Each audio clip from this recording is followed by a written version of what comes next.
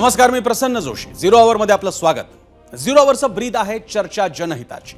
माध्यमांसारखंच जनतेचं हित पाहतात ते म्हणजे लोकप्रतिनिधी आणि पोलीस प्रशासन, म्हणजे अशी अपेक्षा तरी आहे. सद्रक्षणाय खल निग्रहणाय हे महाराष्ट्र पोलिसांचं ब्रीद आहे, ज्याचा अर्थ म्हणजे सज्जनांच्या रक्षणासाठी आणि दुष्टांच्या संहारासाठी, निर्दालनासाठी असणारं पोलीस खातं.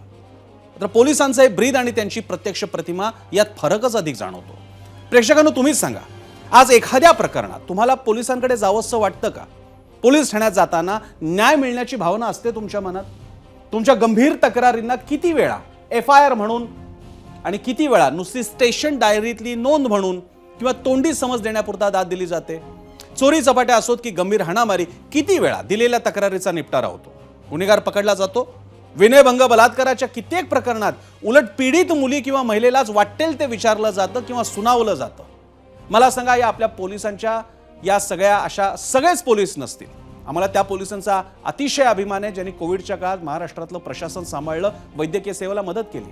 आम्हाला त्या पोलिसांचा अभिमान आहे, ज्यांनी वेळोवेळी धर्मांध असलेल्या लोकांमुळे कदाचित घडू पाहणाऱ्या दंगली थांबवल्या आणि महाराष्ट्रातली कायदा सुव्यवस्था नीट राखली. पण हे संस्थात्मक आणि व्यवस्थेचं काम म्हणून पोलीस खरंच छान करतात. पण जेव्हा व्यक्तीचा संबंध येतो, कुटुंबाचा संबंध येतो, एखाद्या माणसाची जेव्हा गरज म्हणून पोलिसांकडे जाण्याची वेळ येते, त्यावेळी मात्र दुरूनच नमस्कार करावा असं वाटतो पोलीस स्टेशनला. मग हा माणूस कसा मानणार आपल्याला तारणहार? आणि म्हणूनच आजचा हा प्रश्न, आणि तोच पाहण्यासाठी जाऊयात आपल्या पोल सेंटरला. आजचा प्रश्न अतिशय महत्त्वाचा आहे, हगवणे प्रकरणाच्या पलीकडे जाणारा मात्र त्याच्याशी संबंधित असलेला आजचा प्रश्न पोल सेंटरवर. महाराष्ट्राचे पोलीस नेमके कुणाचे वाटतात, हा आपला प्रश्न आहे, ज्याला आम्हाला तुमच्याकडून प्रतिसाद हवा आहे. राजकारण्यांचे आहेत का, गुंडांचे वाटतात का, की सर्वसामान्यांचे वाटतात? हा तुम्हाला दिलेला प्रश्न आहे, आम्ही ठरवणार नाही आहोत. आणि तुम्हाला या प्रश्नाचं उत्तर द्यायचं आहे. X, Facebook, YouTube, Instagram या आमच्या कोणत्याही माध्यमावर तुम्ही जाऊ शकता, मोबाईलद्वारे किंवा डेस्कटॉप कॉम्प्युटरद्वारे, आणि या प्रश्नाचं उत्तर देऊ शकता. महाराष्ट्राचे पोलीस सांगा कुणाचे, राजकारण्यांचे, गुंडांचे की सर्वसामान्यांचे? आता याला प्रश्नाला एक कारण सुद्धा आहे. सध्या गाजणारं वैष्णवी हगवणे हुंडाबळी प्रकरण. वैष्णवीच्या वडिलांना म्हणजे कसपटे कुटुंबियांना या प्रकरणात जितका छळ हगवणे कुटुंबियांमुळे झाला, तितकाच त्रास पोलीस प्रक्रियेचाही झाला. या प्रकरणातील पोलिसांचा निष्काळजीपणा, उडवाउडवी आणि राजकीय दबावाचा होणारा आरोप पाहता जर पोलिसांनी वेळीच कठोर पावलं उचलली असती तर वैष्णवी आज आपल्यात असती असं नक्कीच वाटायला जागा आहे. खरं तर वैष्णवीच कशाला, तिची थोरली जाऊ मयुरी जगताप हिला सुद्धा हगवणे कुटुंबियांचा असा जाच सहन करावा लागला आणि तिला सुद्धा मारहाण होत होती. याविरुद्ध तिनं पोलिसात जायचं धाडस केलं सुद्धा. मात्र ज्या अबलेला पोलिसांनी सहारा द्यायचा, तिची तक्रार दाखल करून कारवाई करायची, त्याऐवजी पोलिसांकडून उलट तिच्याच आई आणि भावाविरोधात तक्रार घेण्यात आली. आणि तक्रार कुणी द्यावी तर हगवणे कुटुंबियांमधली आगलावी नणंद म्हणून आता जी प्रसिद्ध झालेली आहे, खूप प्रसिद्ध झालेली आहे, ती करिश्मा हिच्या तक्रारीवरून पोलीस तक्रार दाखल करतात मयुरी जगतापच्या विरोधात, तिच्या आई भावाच्या विरोधात. आणि एवढं करून ही मयुरी हगवणे फरार होते,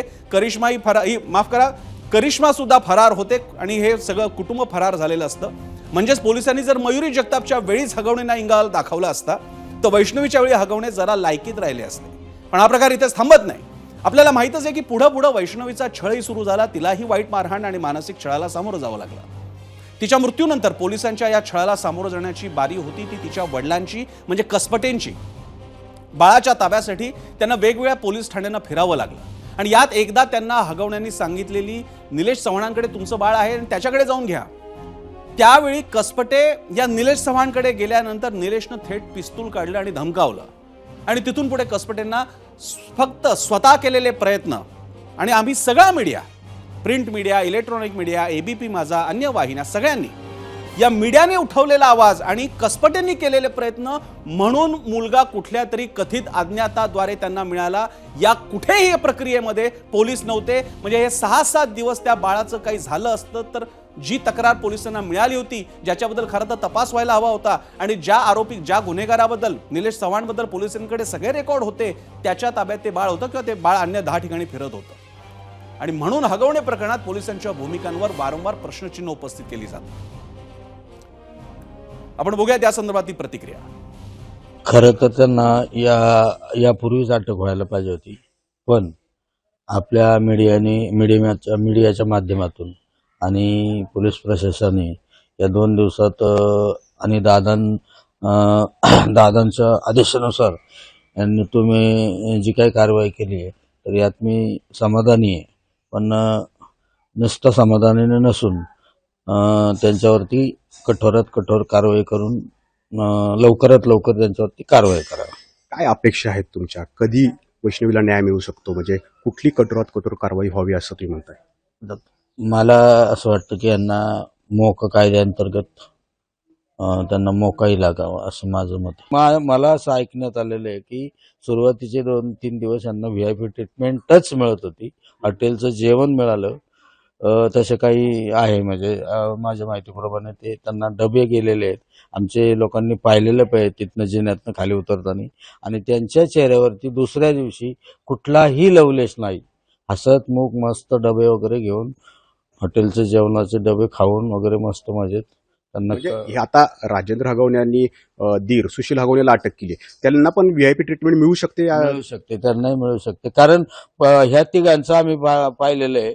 तर जशी यांना जर ट्रीटमेंट मिळत होती त्याच्याही पेक्षा आणखी VIPच्या वरती काय असेल तर तशी मिळू शकते अशी माझी शंका आहे. बरं, वडिलांना अशी वागणूक मिळाली तर इतरांचं काय झालं असेल? आता तुम्हाला स्क्रीनवर जे आम्ही बाळ दाखवणार आहोत, म्हणजे जे अर्थातच वैष्णवीचं बाळ आहे, तेच बाळ आहे जे काल त्याच्या आजी आजोबांकडे म्हणजे कसपटेंकडे आलं. पण त्याआधी 4-5 दिवस त्याचे जे हाल झाले असतील त्याच्या वेदना आजही तुमच्या आमच्या मनात आहे. पण मग प्रश्न असा आहे की बाळासाठी वैष्णवीच्या कुटुंबियांनी प्रयत्न केले नाहीत का? तर तसं नाहीये. जेव्हा वैष्णवीनं आत्महत्या केली त्यानंतर लगेचच तिचे मामा बाळाचे हक्क मिळावेत म्हणून पोलिसांकडे गेले. तिथे काय घडलं तुम्हीच ऐका. मी पोलिसांशी बोललो. पोलिसांनी आम्हाला कात्रजचा घाट दाखवला. पोलीस म्हणतात कोर्टात जा. अहो, मूल कुणाचं आहे? हगवणे कसपटे परिवारातलं. जर हगवणे परिवाराचं जर मूल असतं आणि त्याची कस्टडी घ्यायची असती तर आम्ही कोर्टात जाऊ. मूल एक तिरस्ते व्यक्तिक आहे. ते मूल इतकं संवेदनशील आहे, ओळखीच्या माणसाशिवाय राहत नाही. आणि त्या मुलाचं जर उद्या काही कमी जास्त झालं ह्याला जबाबदार कोण? हे म्हणजे पु ल देशपांडेंनी मराठी दुकानदाराबाबतीत गमतीने लिहिलं होतं की मराठी दुकानदारासाठी सगळ्यात वाईट इसम म्हणजे दुकानात आलेला ग्राहक. तसं थोडंसं त्याची माफी मागून जर का हे वाक्य फिरवायचं म्हटलं तर कदाचित काही का असेना पण मोठ्या संख्येनं पोलीस स्टेशनसाठी सगळ्यात वाईट माणूस, सगळ्यात नकोसा माणूस म्हणजे स्वतःची तक्रार घेऊन आलेला माणूस की ज्याने आपल्या बाजूला सुद्धा उभं राहू नये. आता आणखी एक पराक्रम बघा. मयुरी जगताप म्हणजे राजेंद्र हगवणेची मोठी सून, जी हगवणेच्या याच छळछावणीतून स्वतःचा जीव वाचून माहेरी निघून गेली होती, तिथंच राहत होती. मग तुम्ही म्हणाल की तिनं पोलिसांकडे न जाता माहेरी का गेली? तसंच नाहीये. तर तसं हे झालेलं नाहीये. तिनं जेव्हा पोलिसांचं दार ठोठावलं होतं तर तिलाही तेच सहन करावं लागलं जे वैष्णवीच्या आई वडिलांनी सहन केलं. आणि इतकंच नाही, जर पोलिसांनी वेळीच हे ऐकलं असतं, म्हणजे मयुरीचं ऐकलं असतं, तर वैष्णवीचाही जीव वाचला असता. असा अतिशय महत्वाचा दावाच मयुरीनं व्यक्त केलाय. पाहूयात मयुरीचं काय म्हणणं. नक्कीच पोलिसांनी जर कारवाई त्यावेळेसच जर केली असती तर वैष्णवी आज आपल्या सगळ्यांमध्ये असती. पण हे राजकीय जे नेते म्हणतात आहेत ते, त्यांना खूप त्या गोष्टीचा माज होता की मी काही करू शकतो, मी कोणालाही दबावात टाकू शकतो. आणि त्यांनी त्या पोलिसांना पण तेच केलं, पैसे चारले, दबाव आणला त्यांच्यावरती, म्हणून ते प्रकरण तिथंच दबलं गेलं. दिरानी की मला उचलून आपटलं, जे माझे केस इंदळले आणि मोबाईल घेऊन पळून गेला. आणि त्याच्यानंतर आमच्याकडे गाडी नव्हती, म्हणून मी दुसऱ्याच्या फोनवरतून माझ्या आईला फोन केला की इथं मला त्यांनी मारलेला आहे, तू पटकन ये. मग ज्यावेळेस त्यांची गाडी आली त्यावेळेस मग मी पौड पोलीस स्टेशनमध्ये गेले. पण पौड स्टेशनमध्ये पण मी 9 वाजता गेले होते तिथं, पण तरी त्यांनी माझी तक्रार घेतली नाही. त्यातही समझोता करत होते ते. आणि त्याच्यानंतर माझी 2:30 ते 2च्या दरम्यान माझी कंप्लेंट त्यांनी FIR दाखल केली. जर पोलिसांनी इथे कारवाई केली असती योग्य तर कदाचित हे झालं नसतं आज, हे टळलं असतं आज. या ज्या मयुरी जगतापला तुम्ही पाहिलं, ही मयुरी जगताप कोणी साधी व्यक्ती नाहीये. एका उच्च शिक्षित आणि एका चांगल्या उच्च मध्यमवर्गीय घरातून असलेली ही मुलगी आहे. ही रात्रीच्या वेळी बावधन किंवा पौड पोलीस स्टेशनला जाते डोमेस्टिक व्हायलन्स म्हणजे घरगुती हिंसाचाराच्या बाबतीत तक्रार द्यायला. लक्षात घ्या तुम्ही, एक तरुणी स्वतःवरती काहीतरी प्रकार घडलेला आहे घरामध्ये याची तक्रार द्यायला 2-2 पोलीस स्टेशनमध्ये जाते. तिच्या बाबतीत पोलीस जर का इतके बत्थडसारखे वागत असतील, कोरडे वागत असतील, तर विचार करा कुणी गरीब घरातली मुलगी असेल, बाई असेल की जिला कदाचित लिहिता वाचता येत नाही, पोलिसांशी कसं वागावं बोलावं कळत नाही, तिचं काय होत असेल. हे मयुरी जगतापच्या बाबतीत झालेलं आहे. त्याचा तुम्ही थेट आता दावा तिच्याच तोंडून ऐकलेला आहे. आणि हे आता ऐकल्यानंतर जर का तुम्हाला वाटलं असेल काय झालं हे, तर जरा थांबा, कारण आता आम्ही तुम्हाला दाखवणार आहोत ते आणखी पाहून तुम्हाला मोठा धक्का बसू शकतो. हगवणे प्रकरणात पोलिसांची बेपर्वाई, पक्षपातीपणाचं आणखी एक प्रकरण समोर आले, ते निलेश चव्हाणच्या संदर्भात. आता निलेश चव्हाण खरं तर आगलावी नणंद करिश्माचा मित्र. हगवण्यांच्या कौटुंबिक कार्यक्रमात सहभाग किंवा वादात निलेशची मध्यस्थी नेहमीची. वैष्णवीच्या छळाची त्याला कल्पना होती. आता मात्र निलेशची विकृती आणि गुन्हेगारी बाजूही समोर आली आहे. निलेशनेही स्वतःच्या पत्नीचा छळ केला आणि छळच नाही, स्पाय कॅमेऱ्याच्या सहाय्यानं तो आपल्याच पत्नीचे तिच्या नकळत आक्षेपार्ह व्हिडिओ रेकॉर्ड करत होता. आणि तिला जेव्हा लक्षात आलं तेव्हा मोठा धक्का तिला बसला. तिला फक्त स्वतःचेच व्हिडिओ सापडले नाही, तर त्याहून भीषण म्हणजे तिला इतर काही महिलांसोबतचे असेच निलेश चव्हाणचे व्हिडिओ सापडले. तिने पोलिसांकडे धाव घेतली. 2019 मध्ये म्हणायला वारजे पोलिसांनी गुन्हा तर दाखल केला, पण निलेशवर कुठलीही कारवाई झालेली नाहीये. त्याच्याकडचं बंदूक सुद्धा पोलिसांनी जप्त केलेलं नाहीये, पिस्तूल त्याच्याकडे. एवढंच काय तर या संपूर्ण केसचा तपास करून निलेशच्या पत्नीसारख्याच त्या इतर महिलाही पीडित होत्या का, त्यांच्या बाबतीत काय ह्याने नेमकं करून कांड करून ठेवलेलं आहे याची चौकशी करावी, असेही रक्षक मानल्या जाणाऱ्या पोलिसांना कदाचित वाटलं नसेल. या निलेशवर हिंजवडीमध्ये ड्रिंक अँड ड्राईव्हची केस आहे. निलेश आणि त्याच्या आई वडिलांवर पत्नीच्या तक्रारीवरून पुन्हा तिला मारहाण केल्याचा 2022 मध्ये गुन्हा दाखल झाला होता. पुणे सत्र न्यायालयानं त्याचा अटकपूर्व जामीन फेटाळला होता. एवढी केस हिस्ट्री ज्याच्या बाजूने आहे, त्याच्याकडे एक बंदूक आहे, त्याच्याकडे एक पिस्तूल आहे, जे त्याने दाखवलं होतं कसपटेंना. आता या पिस्तूलला एकतर परवाना असू शकतो किंवा नसू शकतो. नसेल तर प्रश्नच नाही, ते बेकायदा आहे. पण परवाना असेल तर पोलिसांची जबाबदारी आहे की याच्याकडे जो हिस्ट्री शीटर राहिलेला आहे त्याला परवाने अंतर्गत पिस्तूल मिळत असेल तर आक्षेप घेणारी व्यवस्था कोण, पोलीस. त्यांनी ते केलेलं नाही. याच पिस्तुलाने त्यानं वैष्णवीच्या बाळाला घ्यायला आलेल्या आजी आजोबांना धमकावलं आणि मधले जे सगळे दिवस गेले कसपटेंना बाळ मिळण्यामध्ये न मिळण्यामध्ये, त्याला कारणीभूत हा अशा प्रकारे निलेश चव्हाण होता. अश्लील चित्रण प्रकरणात त्याच्यावर कारवाई व्हायला हवी होती, मात्र इथेही पोलिसी तपास अधांतरीच राहिल्याचं दिसतं. आणि हे सगळं करणं दूर, पोलिसांनी तर कसपटे आजी आजोबांची तक्रार सुद्धा घ्यायला नकार दिला होता. या दरम्यान हाच निलेश चव्हाण आजही फरार आहे आणि त्याला मगाशी आपण पाहिलं, अजित पवार या बाबतीत बोलत होते की त्याला पकडण्यासाठी पोलिसांना निर्देश दिलेले आहेत. जो वस्तुतः घरात बसून होता आणि त्याला पकडणं पोलिसांना अगदी सोपं होतं. आता तो काही दिवस फिरणार सगळीकडे आणि मग कदाचित पोलीस त्याला पकडतील. त्याला तातडीनं पकडण्यासाठी पोलिसांनी विशेष पथकं नेमावीत, अशा सूचनाही अजित पवारांनी दिल्या. अजून एक व्यक्ती पुढे आलेली आहे, त्यांचं आडनाव चव्हाण म्हणून आहे, ज्यांनी आपल्या इथल्या छोट्या बाळाला आणत असताना चुकीच्या पद्धतीनं काही गोष्टी केलेल्या आहेत. ते रेकॉर्डवर आलेलं आहे. त्यांच्याबद्दल पण टीम पाठवल्यात. काल टीम पहिल्या 3 होत्या, आम्ही वाढवायला सांगितल्या. वाढवल्यानंतर CPंनी सांगितलं होतं त्या सगळ्या टीमलाच की आज जर ते मिळाले नाही तर मग म्हणले ज्या काही पुढच्या गोष्टी करायच्या ते मला नाईलाजास्तव कराव्या लागतील. आणि मग सगळ्या वेगवेगळ्या जे फोन आहेत ते फोन बदलत होते असं पोलिसांचं म्हणणं. परंतु ते सगळी त्यांनी सापळे रचले आणि त्याच्यातनं त्या दोघांना पकडण्यात त्यांना त्या ठिकाणी यश आलं. आता हे सगळं पोलीस पुराण पाहिल्यानंतर पुणे पोलिसांनी जेव्हा या हगवणे कुटुंबियाला, या दोघांना पकडलं, सासऱ्याला आणि त्यांच्या मुलाला, हगवणे पिता पुत्राला पकडलं, म्हणजे असं आपण मानतोय पकडले, अजून ते जाहीर झालेलं नाहीये की ते स्वतः ताब्यात आले का पकडले गेले. पण हगवणेंना ताब्यात घेतल्यानंतर स्वाभाविक आहे पत्रकार परिषद होणार, प्रश्न विचारले जाणार. ही पत्रकार परिषद झालेली आहे. आता ही आम्ही तुम्हाला दाखवतो, एक छोटासा टास्क आहे एकदम. तुम्ही सेकंद मोजायचे की पत्रकार परिषद किती वेळ झाली. पुण्यातील सारा मीडिया आलेला असतानाही झालेली पत्रकार परिषद किती वेळात संपली तुम्हीच पहा.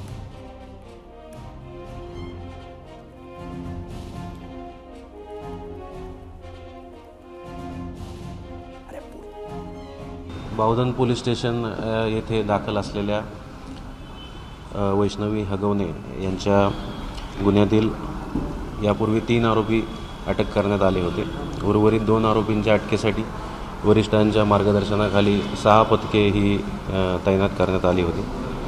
पैकी 2 आरोपी जे आहेत, राजेंद्र तुकाराम हगवणे सासरा आणि सुशील राजेंद्र हगवणे दीर, यांना आज पहाटे आमच्या पथकाने पुणे स्वारगेट येथून ताब्यात घेतलेला आहे. त्यांना अटक करण्यात आलेली आहे. त्यांना माननीय न्यायालयापुढे आता PCR पेश करण्यात येणार आहे. सदर गुन्हा यामध्ये वरिष्ठांच्या मार्गदर्शनाखाली अचूक दिशेने तपास सुरू आहे. सर्व पुरावे आम्ही संकलित करीत आहोत. सर्व पुरावे घेऊन योग्य कलमाखाली दोषारोप तयार करून या संपूर्ण गुन्ह्याला लॉजिकल एंडला नेऊन दोषसिद्धीसाठी नेण्यासाठी आम्ही कटिबद्ध आहोत आणि त्यासाठी वरिष्ठ अधिकाऱ्यांकडून तशा सूचना आलेल्या आहेत. We will take this case to conviction by logical end. Thank you. आणि यानंतर पत्रकारांच्या कोणत्याही प्रश्नांना उत्तर न देता पोलीस निघून गेले. तो त्यांचा अधिकार आहे, त्याला ते कारणही सांगू शकतात. पण जेव्हा पत्रकार महाराष्ट्रातला मीडिया तिकडे उपस्थित असतो, त्यांना काही प्रमुख प्रश्नांची उत्तरं हवी असतात. ती पत्रकारांना हौसेसाठी विचारायची नसतात, ती लोकांच्या मनात असतात. हा तपास एवढा उशिरा का झाला? हे सगळं कुटुंब, हगवणे कुटुंब, पिता पुत्र 6-7 दिवस फिरत होते पश्चिम महाराष्ट्रातून, कर्नाटकपर्यंत जात होते. अनेक ठिकाणी ते थांबले मित्रांकडे. त्याच्या बाबतीत काय झालं? उदाहरणार्थ निलेश चव्हाणच्या बाबतीत एवढा सगळा मीडियाने बोंबाबोंब केल्यानंतर कारवाई होते. पण या हगवणे पिता पुत्राला ज्यांनी सातारा, कोल्हापूर आणि मधल्या भागामध्ये निवारा दिला, फार्म हाऊसच्या पार्ट्या झाल्या, त्या मित्रांच्या बाबतीतली कारवाई झाली आहे का? त्यांना ताब्यात घेतलंय का? याच्या बाबतीत कोणतेही डिटेल्स नाहीत. कारण डिटेल्स विचारले की पोलिसांची नस तडकते डोक्यावरची. त्यांना प्रश्न विचारलेले आवडत नाहीत. पण आपलं तर काम आहे प्रश्न विचारणार, आपण ते करणार आहोत. आणि लोकांच्या मनातले मुद्दे असतात ते जेव्हा समोर येतात त्यावेळी काय मुद्दे असतात ते पाहूयात आपण आपल्या मीडिया सेंटरवर. लोकांना मी प्रश्नांच्या बद्दल मुद्दे सुद्धा विचारले होते आणि लोकांनी मोठ्या प्रमाणात प्रतिक्रिया दिलेल्या आहेत. महाराष्ट्राचे पोलीस नेमके कोणाचे वाटतात हा प्रश्न विचारलेला आहे. पुन्हा एकदा तुमच्या माहितीसाठी, राजकारण्यांचे, गुंडांचे की सर्वसामान्यांचे, हा प्रश्न आम्ही तुम्हाला विचारलेला आहे. तुमच्याकडून उत्तर अपेक्षित आहे. आणि प्रतिक्रिया पाहूयात आता. एक्स वरती आलेली प्रतिक्रिया आहे. अक्षय यादव लिहितात, पुरोगामी सुसंस्कृत महाराष्ट्रातील पोलीस खातं हे अत्यंत भ्रष्ट आणि राजकारण्यांनी जोपासलेल्या गुंडांचं आहे, जे फक्त पोलिसी खाक्या वापरून सर्वसामान्य जनतेची प्रचंड मोठ्या प्रमाणात इंग्रजांप्रमाणे पिळवणूक करतात. इतकी सविस्तर टीकात्मक प्रतिक्रिया. अनिल पाटील लिहितात, महाराष्ट्र पोलीस हे राजकारणाचेच आहेत, कारण चांगल्या वरकमाईच्या पोस्टिंग राजकारणीच देऊ शकतात. मिळून वाटून खाऊ याच नियमामुळे पोलीस हे सत्ताधारी राजकीय नेत्याचं ऐकतात, असं आमच्या एक्स अकाउंटवरती लिहिलंय पाटील यांनी. मल्हार लिहितात, राजकारणी आणि गुंडांचे हे पोलीस, याच दोघांचे, सर्वसामान्यांचे तर नाहीच, असं मल्हार यांना वाटतं. लोकांच्या मनातल्या प्रतिक्रिया आहेत, या उघडपणे लिहिलेल्या आहेत. एक्स वरती आलेली आणखी एक प्रतिक्रिया मराठी बाणा या हँडलवरून, गेल्या काही वर्षात पोलिसांची भूमिका बऱ्याचदा राजकीय दबावाखाली काम करणारी वाटते. गुन्हेगार जर एखादा राजकारणी असेल तर पोलीस केवळ बघ्याची भूमिका घेतात. वाल्मिक कराड प्रकरणात आपल्याला बघायला मिळालेलं आहे.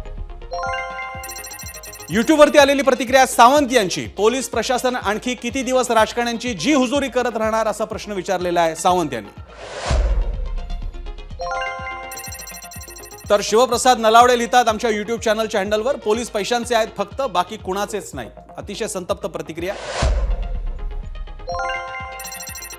तर अभिजित जाधव लिहितात, राजकारणाचे वाटतात कारण तिथं चांगली कमाई असते. आमच्या इंस्टाग्राम अकाउंटवरती लिहिलेले अभिजित जाधव यांनी. बघा लोकांना काय काय वाटतंय पोलिसांबद्दल. फेसबुकवरती प्रतिक्रिया आली आहे आदित्य भांगे यांची, महाराष्ट्रातील काही कर्तृत्ववान पोलीस वगळता महाराष्ट्रातील पोलिसांची जात, धर्म, गोत्र सर्व पैसाच आहे, जो पैसा देईल त्याचे पोलीस. तर अशा या संतप्त प्रतिक्रिया लोकांच्या बघायला मिळत आहेत, कारण लोक त्या अनुभवातून जात असतात. तुम्ही अनेक प्रकरणं घ्या, साधा एक अख्खं प्रकरण हगवणे सोडून द्या. काहीच दिवसांपूर्वी पुण्यामधून एका गुंडाला पकडून सांगलीमध्ये न्यायचं होतं, गजा मारणे ज्याचं नाव. साताऱ्याच्या जवळच्या एका ढाब्यावरती मटण पार्टी होते, त्याच्यात पोलीस कर्मचारी सहभागी असतात. जेव्हा खालपासून ही यंत्रणा अशी पोखरलेली जाते त्यावेळी मोठमोठे IPS अधिकारी किती चांगले आहेत आणि त्यांची व्याख्यानं किती चांगली होतात त्याला काही अर्थ फरक पडत नाहीयेत. कारण जनतेच्या पातळीला तिथला हवालदार, PSI, PI हे जास्त महत्वाचे असतात. त्यांच्या बाबतीतल्या प्रतिक्रिया लोकांच्या आहेत. पण म्हणून वरिष्ठ अधिकारी धुतल्या तांदळाचे आहेत असाही दावा नाही. पण त्याचप्रमाणे सगळं पोलीस खातं बेकाम आहे असं सुद्धा म्हणणं नाहीये.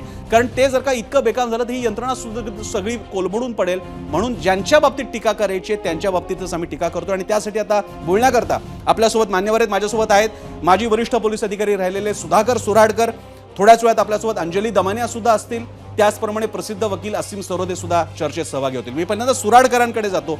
सुराडकरजी, तुम्ही आता या प्रतिक्रिया आम्ही वाचून दाखवलेल्या ऐकल्या असतील, का अशा या प्रतिक्रिया लोकांना का भरोसा नाही वाटत पोलिसांचा? न्याय मिळण्यासाठी असणारं पोलीस स्टेशन दुरून डोंगर साजरे असं का वाटतं?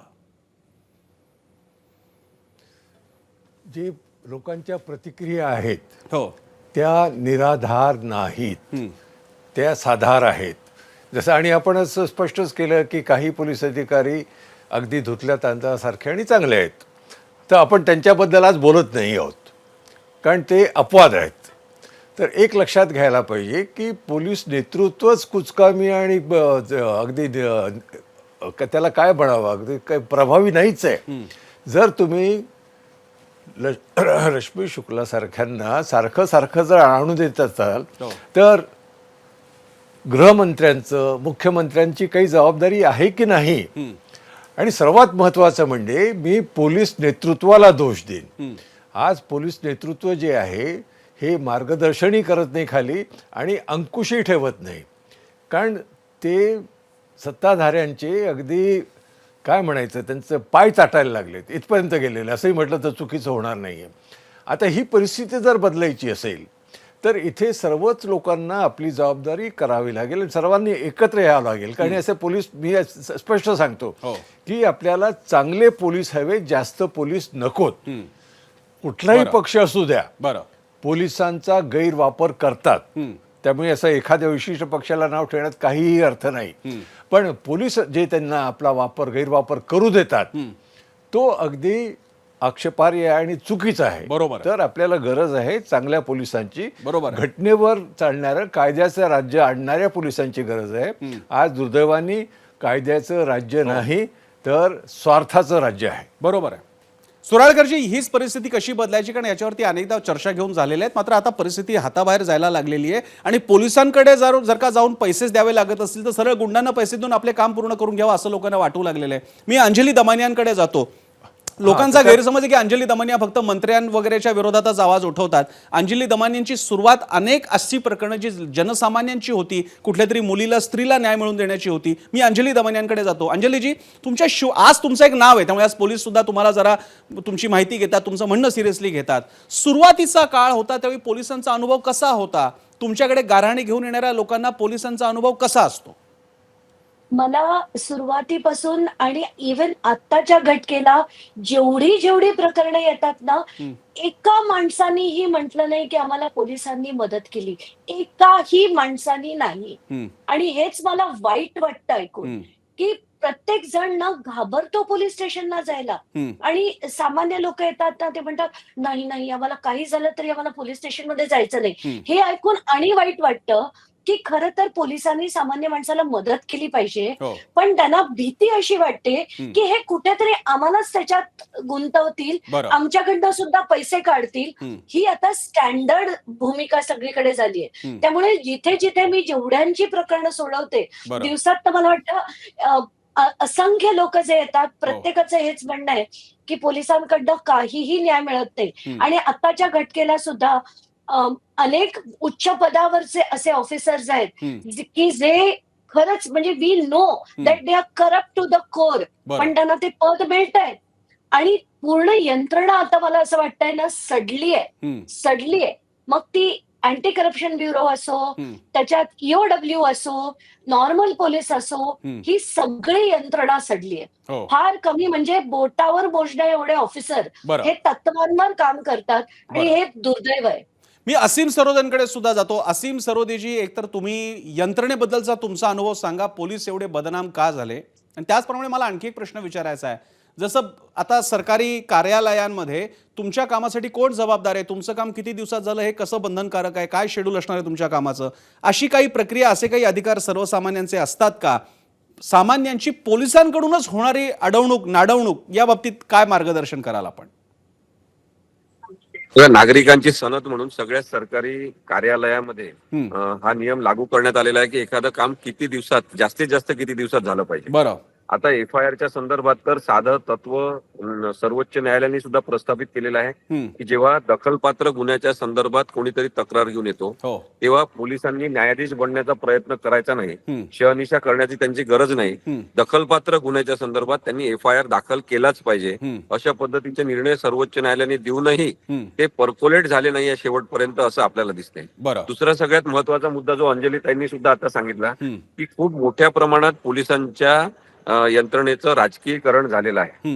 राजकारणाला वाहिलेली पोलीस यंत्रणा अशा स्वरूपात आता आपल्याला पोलीस बघायला मिळतात. आणि त्यामुळे मला आठवते त्यावेळेस विवेक पंडित हे आमदार होते आणि ते एकमेव मला आठवतात की ज्यांनी पोलीस यंत्रणा ही स्वायत्त झाली पाहिजे यासाठी प्रयत्न केले. आणि त्यावेळेस सुप्रीम कोर्टामध्ये सुद्धा पोलीस रिफॉर्म्स बद्दलच्या केसेस सुरू होत्या आणि आम्ही अनेकांकडे तेव्हा जात होतो. मी RR पाटलांकडे स्वतः गेलो होतो, तुम्हाला ही मुद्दाम गोष्ट सांगतो. आणि RR पाटलांना आम्ही म्हटलं की पोलीस यंत्रणा स्वायत्त करण्यासाठी काय करता येईल याच्याबद्दल तुम्ही आम्हाला काहीतरी वचन द्या, कारण तेव्हा निवडणुका जवळ होत्या. बरं. तर आर पाटील मला म्हणाले, हसले ते आधी, ते म्हणाले की पोलीस जर आमच्या ताब्यात नसतील, आमच्या हातात नसतील, आमच्यासाठी काम करणार नसतील, तर आम्ही हे राजकारण करायचं कशाला, अशी सध्या सगळ्या राजकारणातल्या सगळ्या राजकीय पक्षामधल्या लोकांची भावना आहे, असं त्यांनी स्पष्टपणे सांगितलं. बरं. यावरून आपल्याला दिसतं की पोलिसांचा जो गैरवापर आहे हो. किंवा वापर आहे तो राजकीय कारणांसाठी करायचा किंवा नाही करायचा हे ठरवणारे जर राजकीय लोक असतील, बरं. पोलिसांच्या बदल्यांच्या माध्यमातून असेल किंवा आवडत्या ठिकाणी बदली करण्यासाठी असेल, पोलिसांना सतत दबावाखाली ठेवून हे जे राजकीयकरण सुरू बरोबर आहे हे आहे. मला अत्यंत चुकीचं वाटतं. म्हणून पोलीस स्टेशन ओस पडत आहेत, जे खरोखरचे गुन्हेगार आहेत त्यांच्यावर कोणीच कारवाई करण्यासाठी धजत नाही खरंय. आणि पोलीस कोणालाही पोलीस मित्र आहेत असं वाटत नाही. मी सुराडकरांकडे एक मुद्दा घेऊन जातो. सुराडकरजी, मी पुन्हा मगाशी आम्ही बातमी दाखवत होतो, तुम्ही कदाचित ऐकलं असेल की मयुरी जगताप, या सगळ्या हगवणे प्रकरणातली जी मोठी सून होती ती मयुरी जगताप नावाची एक सुशिक्षित तरुणी रात्रीच्या वेळी 2 पोलीस चौक्यांमध्ये जाते. वस्तुतः कुठेतरी तिची केस घ्यायला पाहिजे होती आणि तो जो क्लासिक मुद्दा असतो तुम्हा पोलिसांमध्ये की ही आमची हद्द नाही, या हद्द प्रकरणामुळे जेवढ्या लोकांचे जीव गेले असतील, न्याय मिळाले नसतील, तेवढे तर कदाचित युद्धामध्ये सुद्धा माणसांना मरत नसतील. इतक्या प्रमाणातले अन्याय हे या हद्द प्रकरणामुळे होतात. मला पहिल्यांदा एकदा हद्दीबद्दल तुम्हाला विचारायचं आहे की त्या 0 FIRचा खरंच काही उपयोग होतो का, पहिला प्रश्न. आणि दुसरा भाग, इतर कुणाचं ऐका नका ऐकू, चला पोलिसांचं सुद्धा थोड्या गोष्टी असतील की FIR दाखल झाले की शेवटी गुन्हे सिद्ध करावे लागतात, मग FIR दाखल झाले की तुमच्या त्या पोलीस स्टेशनला, महाराष्ट्राच्या रेकॉर्डला ते येतं. पण एक तरुणी तिच्यावरचा अन्याय घेऊन येते, त्या पोलीस अधिकाऱ्याच्या मनाला पाझर नाही फुटत? इतके कसे काय कठोर होतात तुमचे पोलीस? पहिली गोष्ट की नियम कायदे फार स्पष्ट आहेत.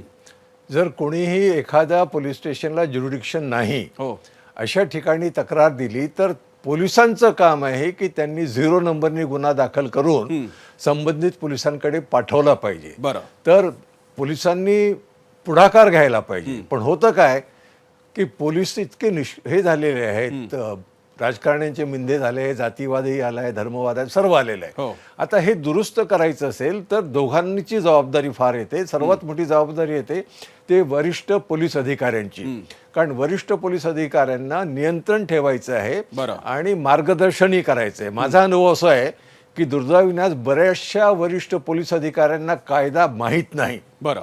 आणि ते काय मार्गदर्शन करणार, ज्याला स्वतःलाच माहित नाही तो काय मार्गदर्शन करणार, हा एक भाग झाला. आणि दुसरं, जेव्हा तुम्ही म्हणतात की दळपणाला बळी पडतात, तर कोण दळपणाला बळी पडतं? एक तर जे भित्रे आहेत किंवा जे भ्रष्ट आहेत. बरं.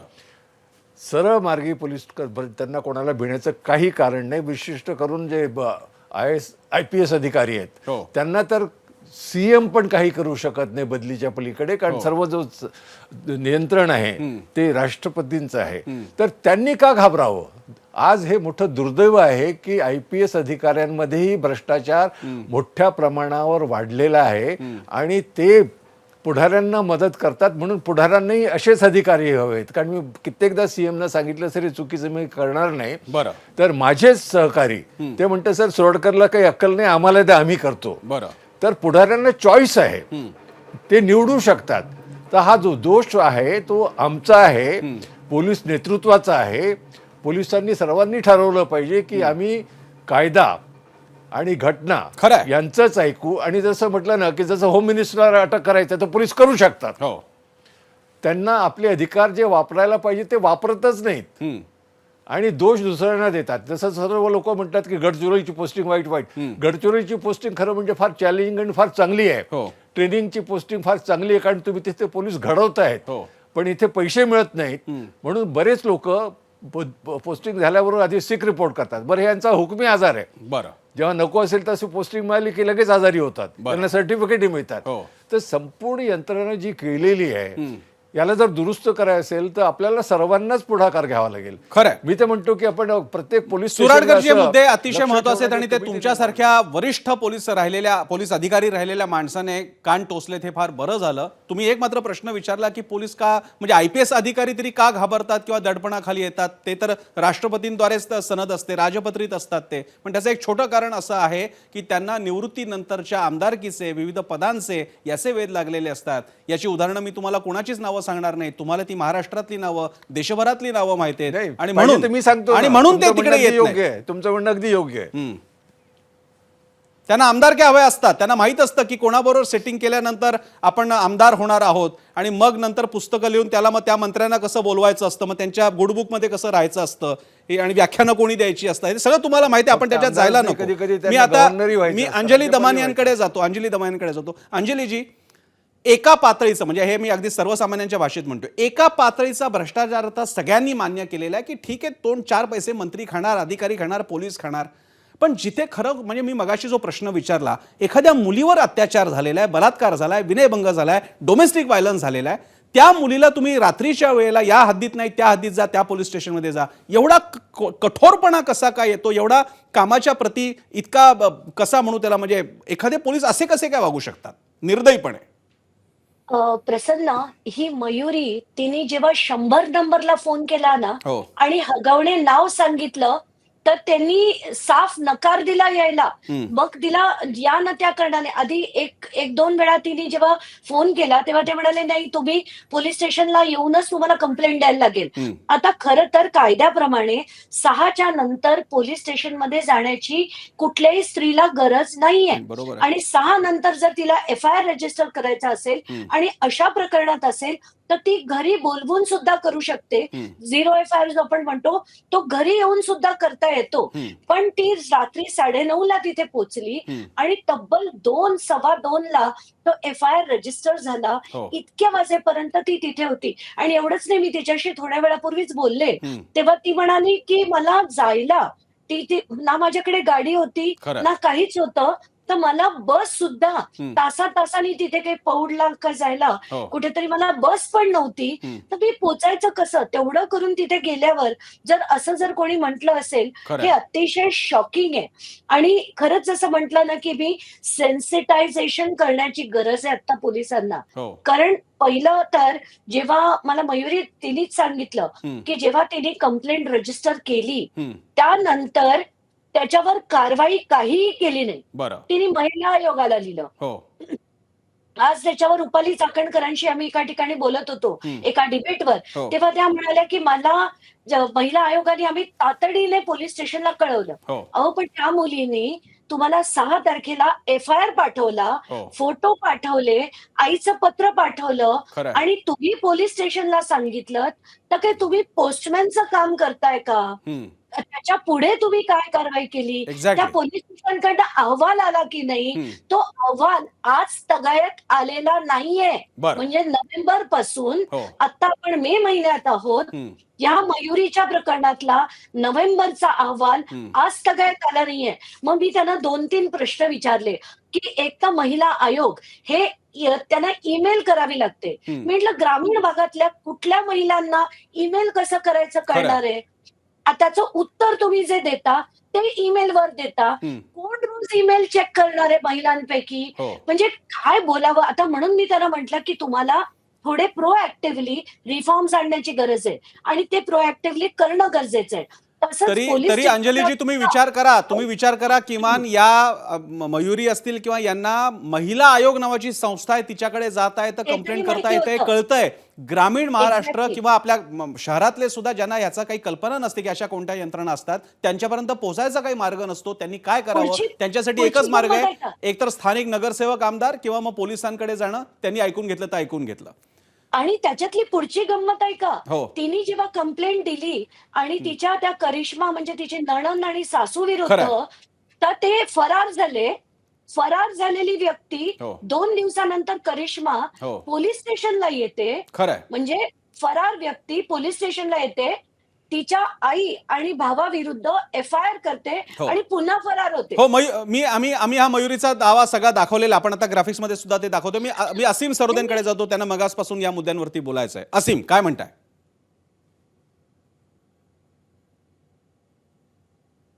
ते एकच मुद्दा मी अंजलीजी असीम सरोदेंकडे आलो. असीम सरोदे बोलताय. प्रश्न काय आहे तो? मला हे म्हणायचं आहे. बोला. मला हे सांगायचं आहे की 0 FIR बाबत साधारणतः सातत्याने एक गैरसमज पसरवण्यात आलाय की अमित शहा आणि मोदींनी 0 FIR आणलेला आहे. पण सुशील कुमार शिंदे भारताचे गृहमंत्री असताना तेव्हापासून 0 FIR ची पद्धत आहे. ही पहिली गोष्ट. दुसरी गोष्ट अशी की तपास यंत्रणा म्हणून पोलीस कामकाज वेगळं असलं पाहिजे आणि गुन्हा नोंदणीचं काम वेगळं असलं पाहिजे. तर ते की पोलीस तपासामध्ये जो राजकीय हस्तक्षेप वाढत चाललेला आहे आणि आपल्या राजकीय पक्षाशी संबंधित असलेल्या लोकांना मुद्दामून आपण पाठबळ द्यायचं, मुद्दामून काही दिवस फरार होऊ द्यायचं. म्हणजे प्रशांत कोरटकर सारख्याच्या प्रकरणामध्ये आपण बघितलं की ज्याला मुख्यमंत्र्यांनी चिल्लर म्हटलं, त्या चिल्लर माणसाला पकडायला सुद्धा यांना 1.25 महिना लागला. मग तो फरार कसा होऊ शकतो? तसंच आता हगवण्याच्या केसमध्ये सातत्याने हे बघितलं जातं की काही म्हटलं तरी किंवा मला तुम्ही शिक्षा द्या, मी जर दोषी असेल तर मी त्या लग्नातच केवळ हजर होतो, मग माझाच काय दोष आहे, अशा स्वरूपाचे जरी विधानं केले जात असले तरी सुद्धा राजकीय दबाव आहे आणि तो पोलिसांवर राजकीय दबाव असतो हे सामान्य माणसांना माहिती आहे. त्यामुळे जोपर्यंत ही यंत्रणा आमची आहे ही आपुलकीची भावना पोलीस निर्माण करू शकत नाही, तोपर्यंत कुणालाही न्याय मिळण्याची शक्यता नाही असं सुद्धा लोकांना माहिती झालेलं आहे. आणि हे सगळ्यात वाईट आहे की लोकशाही मधली एक यंत्रणा खिळखिळी होऊन घेणं पूर्ण आणि पोलीस आपल्यासाठी नाहीच ही एक भावना निर्माण होणं सार्वत्रिक पद्धतीने. आणि मग आता देवेंद्र फडणवीस आहे ते म्हणतील की याच्याबद्दल तर राजकारण करू नका, राजकीय बोलू नका. हा खून जो आहे, हा जो छळ आहे एका महिलेचा व्हिक्टीम म्हणून, तुम्हाला व्हिक्टीम म्हणून व्हिक्टीमकडे बघताच येत नसेल आणि मग कोणी जर त्याच्यावर आक्षेप घेत असतील तर तुम्ही लगेच राजकारण करू नका, राजकारण करू नका. तुम्ही झालेल्या न झालेल्या सगळ्या युद्धाचं राजकारण करता आणि एखाद्या बाईला मारून टाकलं जाते, तुम्ही त्याचं राजकारण करू नका म्हणून आमचं तोंड दाबण्याचा प्रयत्न करता. हे किती दिवस लोकांनी सहन करायचं? हा प्रश्न आहे माझा देवेंद्र फडणवीस यांना. विक्टीमची व्याख्या त्यांना कळते का? हा प्रश्न आहे माझा त्यांना की जोपर्यंत तुम्ही अन्यायग्रस्त कोण, अत्याचारग्रस्त कोण, विक्टीम कोण याचं आयडेंटिफिकेशनच करत नाही आणि केवळ आपल्या राजकीय पक्षाशी संबंधित कोण गुंड असेल, बदमाश असेल त्याला संरक्षण देत असाल तर माझा प्रश्न आहे देवेंद्र फडणवीस यांना की ते गृहमंत्री म्हणून राहण्यासाठी, या महाराष्ट्राच्या पदावर राहण्यासाठी लायकीचे तरी आहेत का? हा याचं उत्तर त्यांनी दिलं पाहिजे. सरोदेंनी संतप्त आपल्या भावना मांडलेल्या आहेत, भूमिका मांडलेली, आणि हा मुद्दा बरोबर आहे. लोकांचे प्रश्न मांडत असताना अचानक त्याला राजकारण करू नका असं म्हणणं कसं चालेल? पुणे असेल, नागपूर असेल, पुण्यामध्ये कोयता गँगची दहशत असेल, गजा मारण्याच्या निघणाऱ्या मिरवणुका असतील आणि या बाबतीत जर का बोट दाखवलं तर ते राजकारण होते असं म्हणून कसं चालेल? ज्याचे मुद्दे वर्षानुवर्ष विरोधी पक्ष म्हणून आपण सगळ्यांनी मांडलेले आहेत. मी सुराडकरांकडे एक वेगळा मुद्दा घेऊन जातो.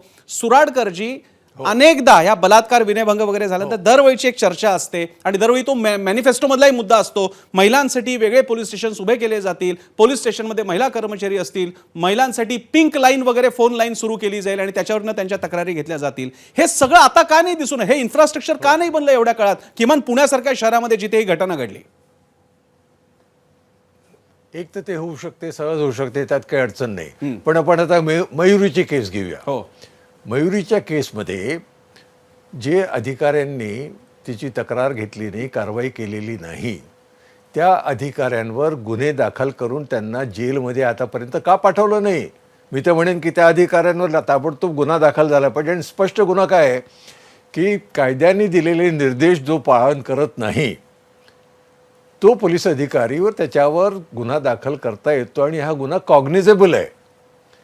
तर मी तर म्हणेन की आपण आता सर्वांनी पाठपुरावा करा. मी आपल्याला अभिनंदनही करतो आणि धन्यवादही देतो की आपण आता सर्वांनी मिळून मयुरीचीच केस अगदी तडीस न्यावी आणि त्यामध्ये जेवढेही पोलीस अधिकारी आहेत ज्यांनी गुन्हा केलेला आहे, कारण डायरेक्शन्स काय आहेत की गुन्हा दाखल केला पाहिजे, तर कायद्याने दिलेले निर्देशांचं जे पालन करत नाही हाच गुन्हा आहे. खरं.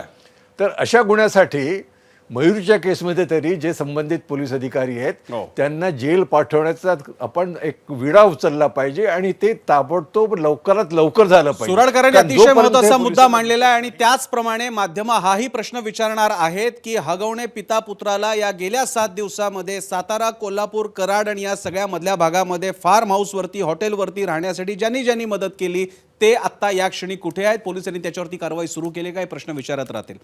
आता मी अंजली दमानियांकडे चालू आहे, कार्यक्रमाच्या शेवटी आपण चालू आहे. अंजलीजी, एक थोडासा अवघड प्रश्न विचारतो.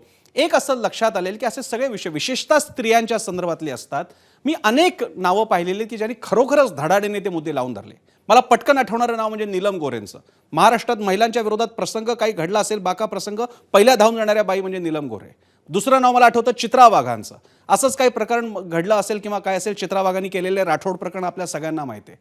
पण नंतर सत्तेचा केंद्राच्या दुसऱ्या बाजूला आल्यानंतर हा सगळा विद्रोह, ही सगळी क्रांतीची भावना, ही कॉम्रेडशिप असेल, महिलांसाठी उभं राहण्याचं असेल, तेव्हा मग फक्त नुसत्या प्रेस कॉन्फरन्स घेणं, मीडियाला फक्त बाईट देणं, तुम्ही सिस्टीममध्ये आल्यानंतर त्यात चेंज करण्यासाठी काहीतरी केलं पाहिजे. तो सगळा क्रांतिकारी वृत्ती जाते कुठे? म्हणजे अगदी स्पष्ट तुम्हाला सांगतो, आणि हे मी सद्भावनेने विचारतोय, उद्या अंजली दमानिया विधान परिषदेवर, राज्यसभेवर गेल्यानंतर इतक्याच विद्रोही राहतील का? मला प्रश्न आहे हा. नाही प्रसन्न, मलाही हाच प्रश्न पडला होता की यावेळेस चित्रा बगाडी, नीलम गोरे ताई का दिसत नाहीयेत.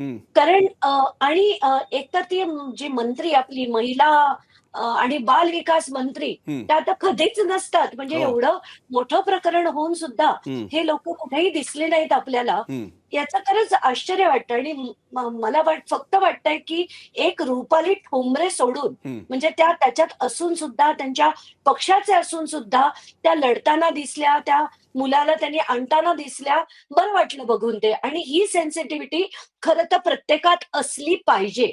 आता मगाशी मला एकच मुद्दा जो मांडायचा राहिला, आणि तो फार महत्वाचा आहे, की ती मयुरी जगताप जेव्हा पोलीस स्टेशन मध्ये गेली, तर तिथे लेडी पोलीस ऑफिसरनी तिच्याकडनं पैसे मागितले. बरं. तिच्याकडनं पैसे मागितले आणि पूर्ण सेटल करण्यासाठी, इनफॅक्ट त्यांची एक गाडी होती ती परत देण्यासाठी सुद्धा पैसे मागितले गेले. कुठल्याही प्रकारचा तिला म्हणजे सेटलमेंट झालं नाही. आणि दुसरा मुद्दा म्हणजे निलेश चव्हाण जो बाळाला घेऊन पळून गेला होता, त्याच्यावर देखील किडनॅपिंगची केस आजही झालेली नाहीये.